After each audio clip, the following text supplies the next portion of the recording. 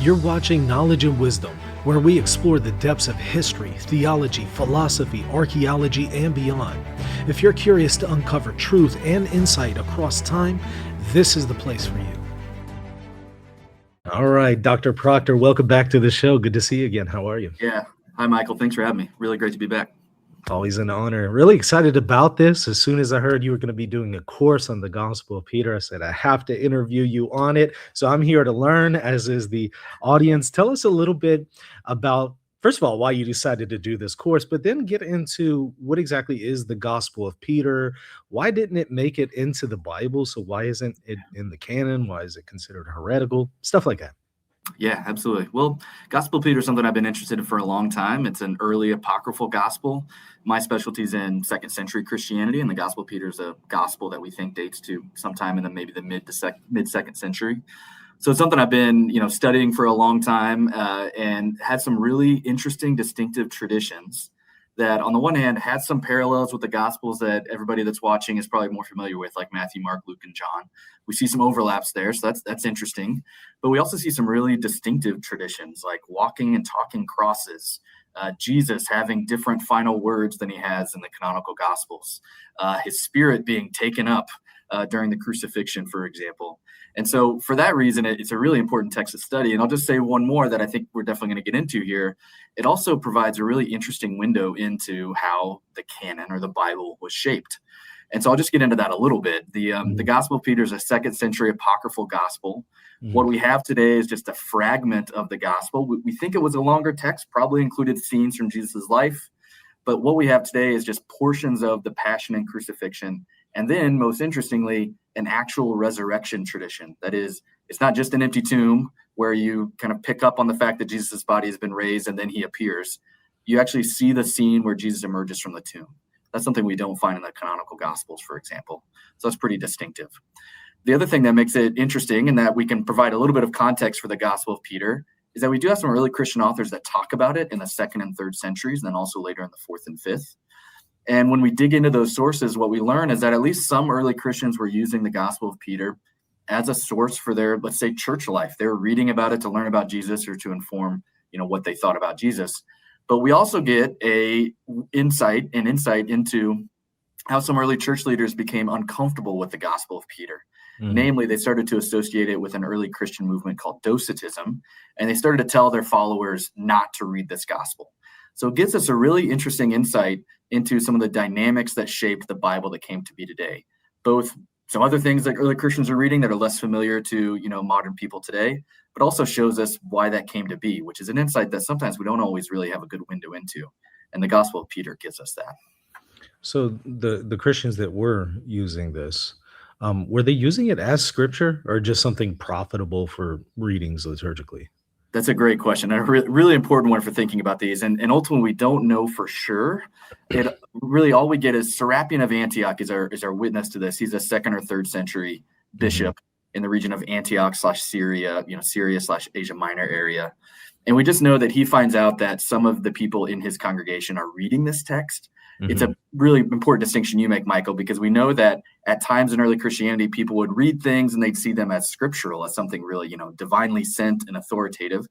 There were other times when early Christians would read something, but see it as kind of a lower class of, readings, let's say. So not quite scripture, but something profitable to read. And we certainly see evidence for that. 3rd, 4th, 5th century, we see Christians using those categories. It's unclear what how people thought about the Gospel of Peter. Where maybe we get some suggestion, and this is debated by scholars, is that some scholars think that Justin Martyr, a 2nd century apologist and an early church writer, some scholars think that he might be using parts of the Gospel of Peter, and he seems to use them as scriptural, or at least as authoritative in some way. And so, that's still debated by scholars, but it gives us insight that there's at least a possibility that some Christians are using this as a kind of Bible-like scripture. So Justin Martyr, I mean, is it clear cut or is it just kind of debatable? Is he just kind of making some kind of allusion to it, or is he actually quoting what appears to be the Gospel of Peter? Yeah, and it's still up for debate among scholars. I think the problem, Michael, comes just from he uses some somewhat confusing Greek phrasing when he's talking about it. At many points, Justin talks about the memoirs of the apostles. So Mhm. kind of the recollections of, the apostles that followed Jesus. And he seems to be talking about some kind of gospel-like text, but it's not really clear what text he's talking about. But then, especially in one passage, he seems to make reference to Peter as being the source for that, memoir.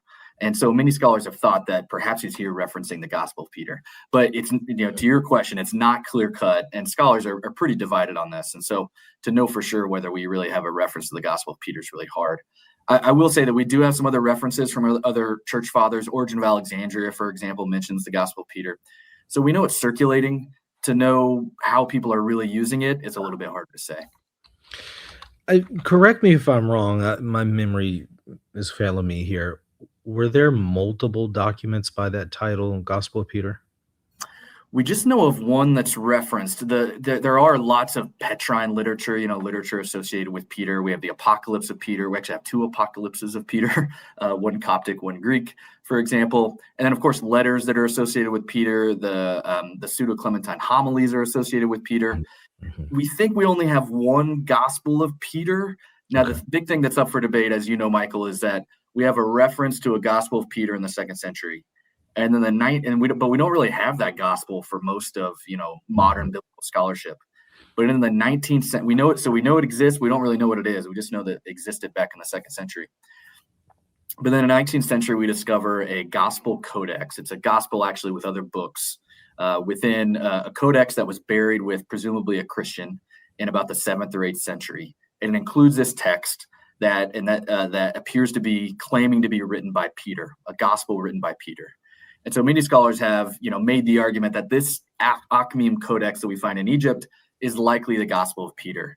Mhm. Now, it's possible that maybe if the Achaemenid Codex isn't really that 2nd century Gospel of Peter, well, Right. maybe that does mean we have multiple Gospels of Peter, circulating during this time. But I think ultimately most scholars think this matches up, and therefore we think we only have one Gospel of Peter. Why is it that all of these discoveries come about in the 19th, 20th century? It seems like Yeah. we find all these codices from Yeah. effectively this time period. Yeah, it's a great question. Gets into some really important aspects of biblical studies scholarship. A lot of that is associated with European colonialism. That Okay. is, as European empires expand their influence into previously territories that they did not have influence in or control over, Mhm. that they start sponsoring educational, endeavors, including archaeology, as well as things like biblical studies or ancient studies, ancient history, things like that. And that leads to some of these discoveries. So historians that are traveling in Egypt that will look at the collections of a monastery, for example, that maybe hadn't been searched by non-monks Mhm. for many hundreds or thousands of years, or archaeologists from Europe that are doing the first archaeological digs, at least again by Europeans during this time. And so the way they come to the kind of knowledge of Western biblical scholarship is through this influence of European colonialism and the educational endeavors that are attached to it. Now, I think you mentioned that it wasn't accepted canonically and was deemed heretical because it had Docetist tendencies, I guess. Was it something that's explicit? Does the text actually deny that Jesus had a human body, or is that just kind of being read into the text? Yeah, it's a great question, and again, one that's been debated by scholars. And the reason why that's such an important question, Michael, is because that does get at the heart of whether we should identify this Achaemenid Codex with that 2nd century Gospel of Peter. Hmm. Because that 2nd century testimony says, hey, I'm condemning this because this could be read as docetic.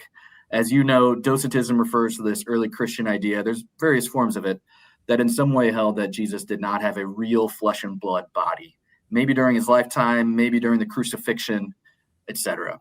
Now, when we read the codex we discover at Achaemenid, there are some passages that could be read in a docetic way. So, for example, Jesus' final words are, my power, O power, you have left me behind. There are some ancient forms of Docetism that said that at or near the crucifixion, Jesus' divine spirit left his fleshly body. So the thing that suffered on the cross was just the fleshly body and not his divine spirit. That's a form of what church fathers will later condemn as Docetism.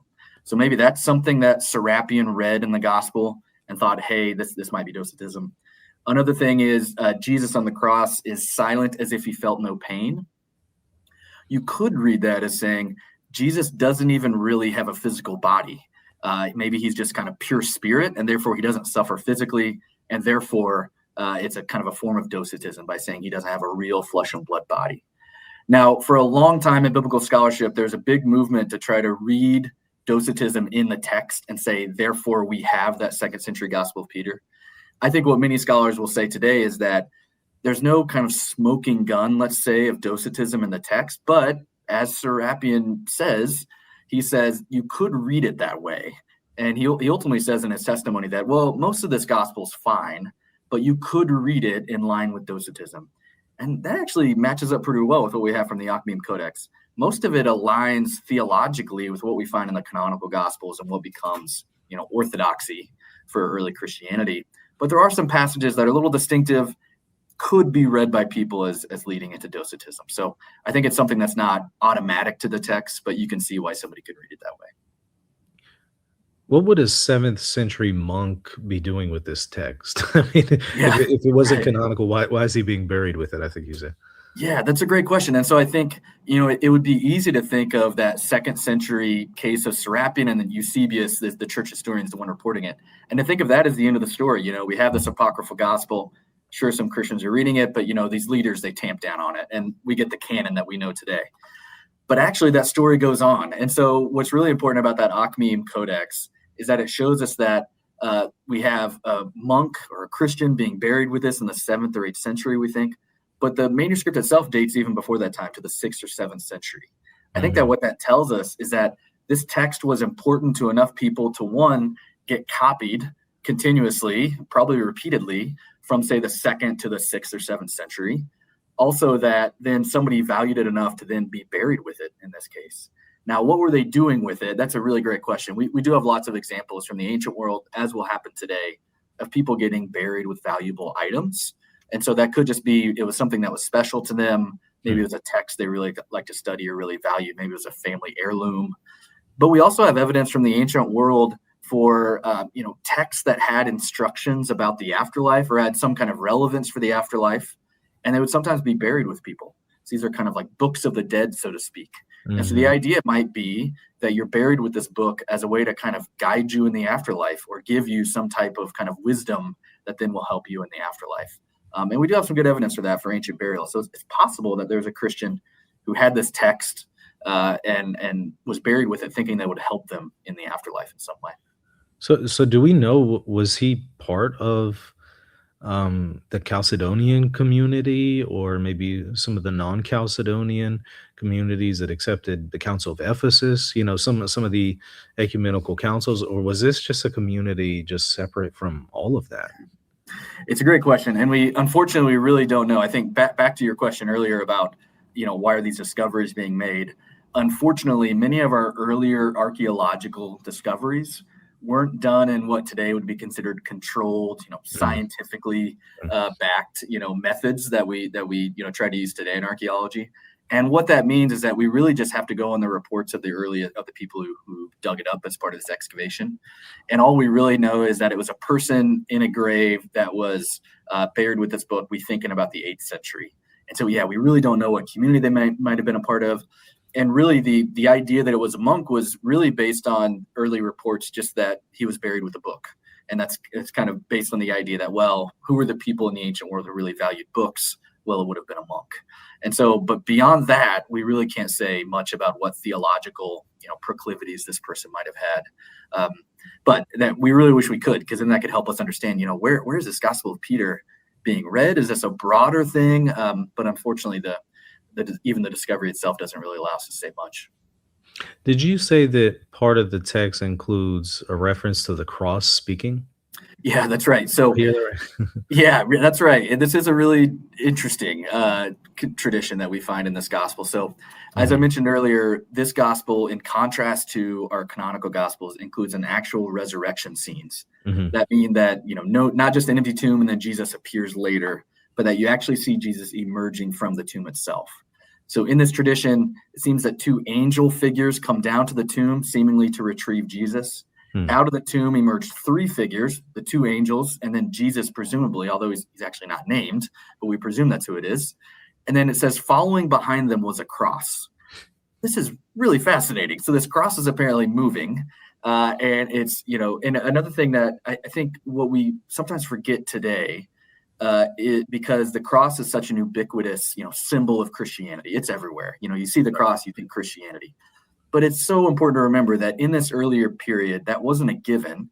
And that, of course, for many people in the world, the cross would still be a symbol of, well, Roman crucifixion, a torture device, something used to kill people by the state. And so it's not a given that this would be a religious symbol. So when it does show up in these early texts, I think it's important to really pay attention to it and see what's going on. In this text, we have a cross that's falling behind Jesus and the two angels. And then a voice comes from heaven, presumably God the Father, who says, "Have you preached to those who are asleep?" Now, this seems to be a question about the so-called harrowing of hell tradition.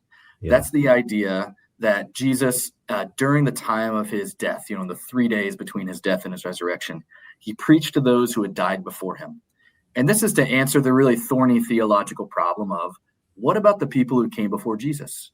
If Jesus is necessary to have eternal life, as many Christians will come to believe, what about the people who weren't around when Jesus was preaching, who came before him?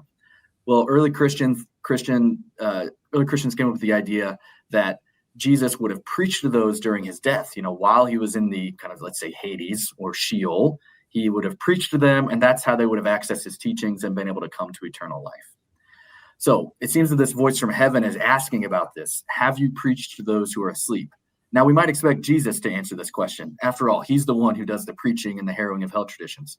But instead, it says that the cross answers back. It says, yes. And so we have both a walking and a talking cross. And admittedly, to modern, eyes and ears, this is a really odd tradition. Now, I'll say one thing that some of my research has focused on is that it's not quite so weird. If you look at kind of broader ancient folkloric traditions, we actually have a lot of Greco-Roman text as well as ancient Christian texts as well that feature things like talking animals, for example, even some things in our Bible today, and even sometimes talking objects. And so we have ancient traditions about, talking trees or altars that talk, for example, or stones that do things that they shouldn't be doing.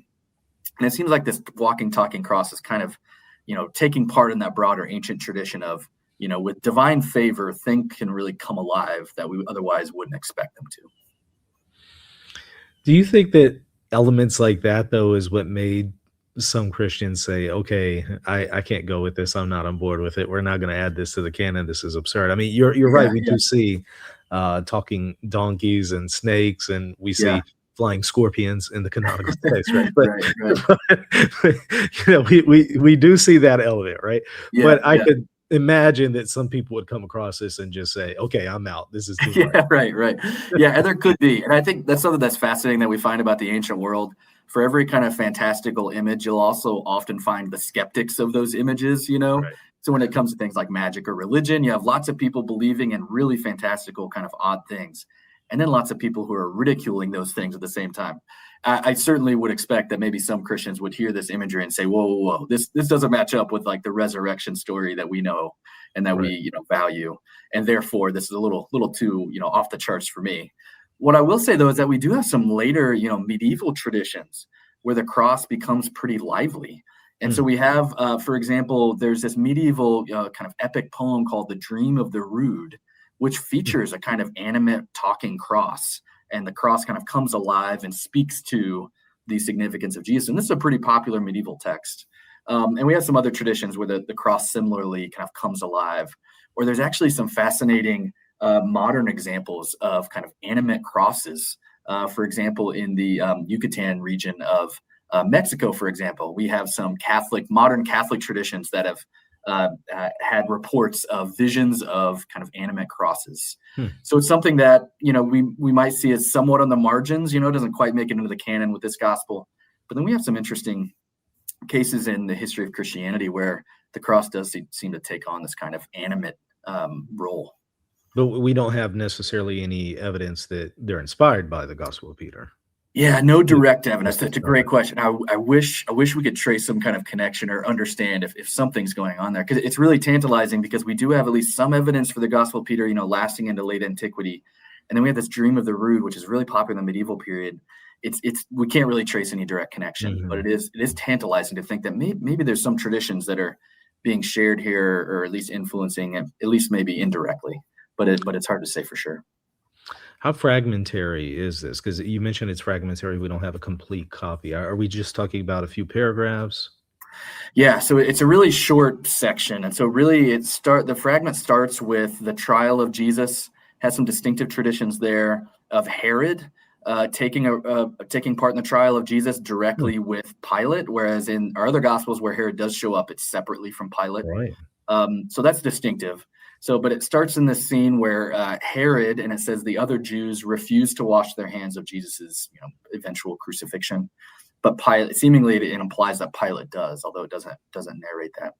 But then it moves through the torture of Jesus, the mocking of him, his crucifixion, and then we get a kind of lead into what seems to be a resurrection scene after that, the resurrection that I've talked about, the walking, talking cross and such.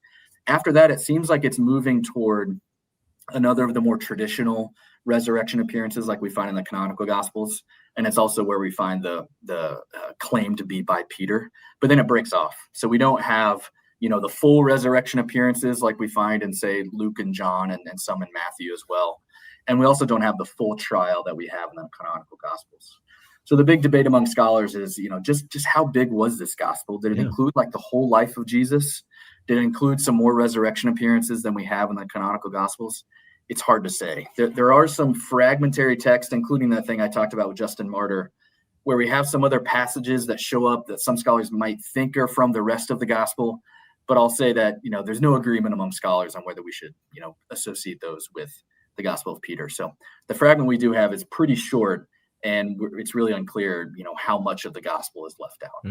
So it could have been substantially longer, and maybe even things in there that would theologically negate the theories that people have of the text. I mean, you say that it can be read in a docetic way. Maybe there was something in there that would negate that, and we just don't know because it's fragmentary. And we just don't have it. Yeah. And the most frustrating thing about all of this, Michael, is that case of Serapion that I talked about, when Serapion wrote about it in the 2nd century, he actually included quotes of the text to tell his readers. He was, writing to his followers that are under his bishopric. And Hmm. he told them, hey, here's the passages that I find problematic, let's say, that kind of could be Hmm. read as docetic. To the utter frustration of all modern scholars, when Eusebius quotes the Serapion material, he doesn't include those quotes, which would Hmm. have been so helpful for us because it would have shown us what did Serapion think was docetic, and Right. it would have hopefully helped us match up with what Serapion says with that Achaemenid Codex to know for sure whether or not this is, the text that was talked about then. Well, But ultimately, he doesn't do it. And so, yeah, it could have been a much larger gospel. It could have had traditions. And based on its parallels, it does seem like it has a lot of material that's a lot like the canonical gospels. And so it's reasonable to expect that we might have had some scenes that are similar to, but also mm. maybe some scenes that we haven't seen before in the rest of And the some that gospels. sound like they're contradictory, right? The Herod with Pilate scene. Yeah, there are some things that could not be reconciled with this, either because there's complete changing of that, like Herod being on the scene in Jerusalem, for Jesus's trial, or there are other parts where there's kind of an augmentation of the text. So, for example, the Gospel of Peter includes the idea of guards being at the tomb of Jesus, kind of like what we find in Matthew, but it includes some additional traditions, like they sealed the tomb with wax to make sure that no one could like roll away the stone and steal the body. And so there's these traditions that we don't find there that work against the story, or at least don't match up with the details that we have elsewhere. I think you said this was 2nd century. Do we know how early of 2nd century? Yeah, it's a great question. I think most scholars will put it somewhere in the maybe a little bit Mm, earlier, say yeah. 120s, 30s, 40s, 50s CE or Mm, so. But it's mhm. really hard to say. We just have, if Serapion knows about it by the end of the 2nd century, or people are reading it and Serapion knows about it, that puts it in the mid 2nd century probably. Mhm. Um, And then if Justin Martyr references it, well, that pushes it a little bit earlier to maybe the earlier 2nd century because Justin's writing about the mid 2nd century. Right. But from there, it's really hard to say. I will say that one thing scholars will use is to say, does this include any things that really make it look later? That kind of match up with like later theologies. And the Gospel of Peter doesn't have anything that is like a smoking gun that would put it in later centuries, for example. So that helps a little bit by saying this seems like an early-ish gospel. So maybe early to mid 2nd century. So could it theoretically be 1st century? It's possible. So there's a big debate among scholars, and the only way to start to try to answer that question is to answer the question of, does this depend on the canonical Gospels?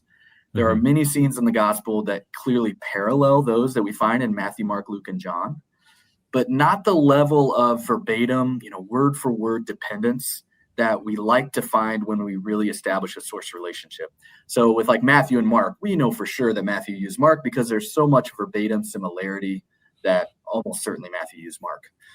We can't quite say that with the Gospel of Peter. I would say most scholars think there's some kind of dependence here, maybe a literary dependence, maybe an oral dependence, like whoever wrote the Gospel of Peter had heard other stories like what we find in Matthew, Mark, Luke, and John, but then wrote them down in a distinctive way. I think that's probably where I would lean. But to Mm. answer your question, there are some scholars, including most prominently John Dominic Crossan, who Mhm. has argued that while the final form of the gospel is maybe 2nd century or so, there's a core to it that he calls the cross gospel, like a core passion and crucifixion tradition that does date back to the 1st century.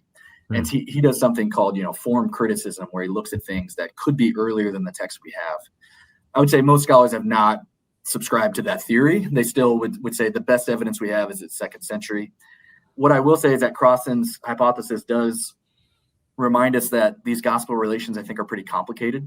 And I think Mm. it is possible, even if we don't have great evidence or we can't say for sure, it's certainly possible that the Gospel of Peter preserves traditions that were, say, floating around orally or literarily in the 1st century. So it's possible it preserves some of that material from earlier. Not to go too far afield here, but it Yeah. seems like I always see these other non-canonical texts are 2nd century and later. Why aren't we finding 1st century texts that are not canonical? Yeah, that's a great question. I mean, I think part of it is just the vagaries of history that we lose so many texts. I think we do have texts that we think at least had some roots or date to the 1st century. There are some apocryphal gospels, but they're so fragmentary. Mhm. So things like the Gospel according to the Hebrews or the Gospel Mhm. according to the Egyptians that are mentioned pretty early, or like Papyrus Edgerton 2, for example, that many scholars think could have, like their earliest editions could have dated back to the 1st century. I think part of it, though, Michael, might just be that the earliest Christian movements were likely apocalyptic movements. Many of them probably didn't think they needed to preserve a literary record to pass down. And so Mm. in that sense, that they may have been depending much more on oral traditions. I think the other thing to keep in mind is just that literacy rates are so low in the ancient world that, again, the way that most people would have heard about Jesus was through oral storytelling rather than, say, through reading a text. And so it just means that, in the 1st century, especially, I think the early Jesus movement was likely built upon oral storytelling. It's another reason why, our earliest gospel dates to, we think, about 3 decades after Jesus' death. I think that early movement was likely building mostly on stories that people were telling to each other.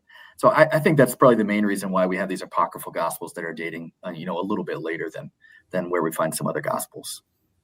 That also confirms just something that I had thought of previously, and that is, why aren't we seeing that much coming out of the 1st century? And it could be, like you said, if people are focusing on the end of the world is about to come, they're not going to be very motivated to copy and transmit manuscripts. Because, for example, I ask, why don't we have any even just fragments dated to the 1st century? And I Right. think that might be one of the reasons. Yeah, absolutely. Yeah, they're probably, and also just the fact that Christianity was such a marginal movement early on, Mm. um, and it takes quite a while to grow into the force that it does. That Mhm. especially in the 1st century, you probably have pretty small communities.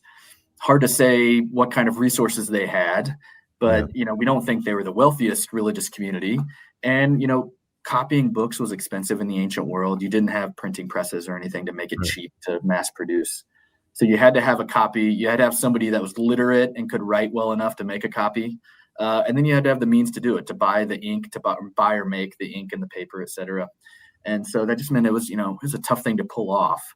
And yeah, I think you're right that there's also theological things going on there, but I think that certainly plays a role in why we probably don't have as many fragments as we'd like to have from the 1st century.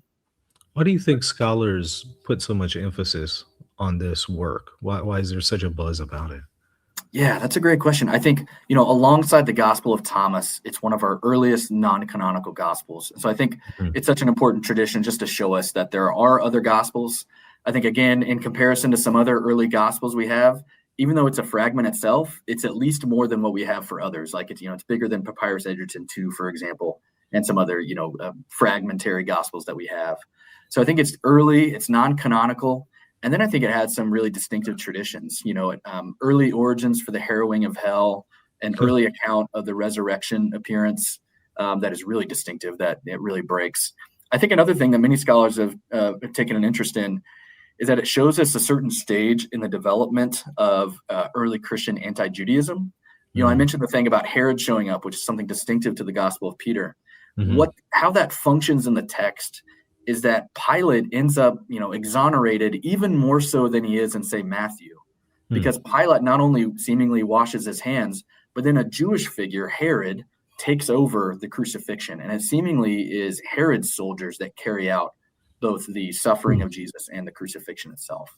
So this is an early witness to the ways in which Christians, while starting out as a Jewish Jesus movement, are clearly having, animosity with Jews at least by the time we get to the second century, certainly. And I think that's showing through in the text. So many scholars who are interested in that broader relationship have really featured the Gospel of Peter as part of how they try to understand it. Wow. So, what is the main takeaway that you want people to have whenever they go through this course that you're offering? Yeah, I think the main takeaway is just that the kind of landscape of early Christian literature was much more diverse than what we find represented in, say, the Bible that we have today. That according to both the text itself and the history we know about the Gospel of Peter, that early Christians were reading other texts and were consulting other things as they were thinking about what to make of the life and death and resurrection of Jesus. And then knowing some about these apocryphal gospels then really gives us some good insight into these important moments in early Christianity. I think the second century is such an important time in early Christian history.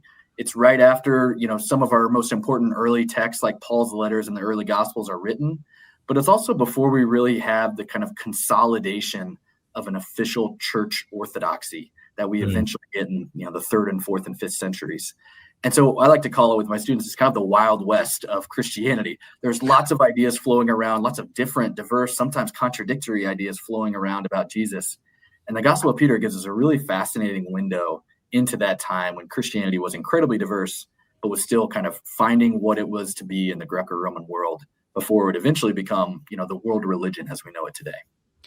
Doesn't that kind of tie into the Walter Bauer thesis in some kind of way?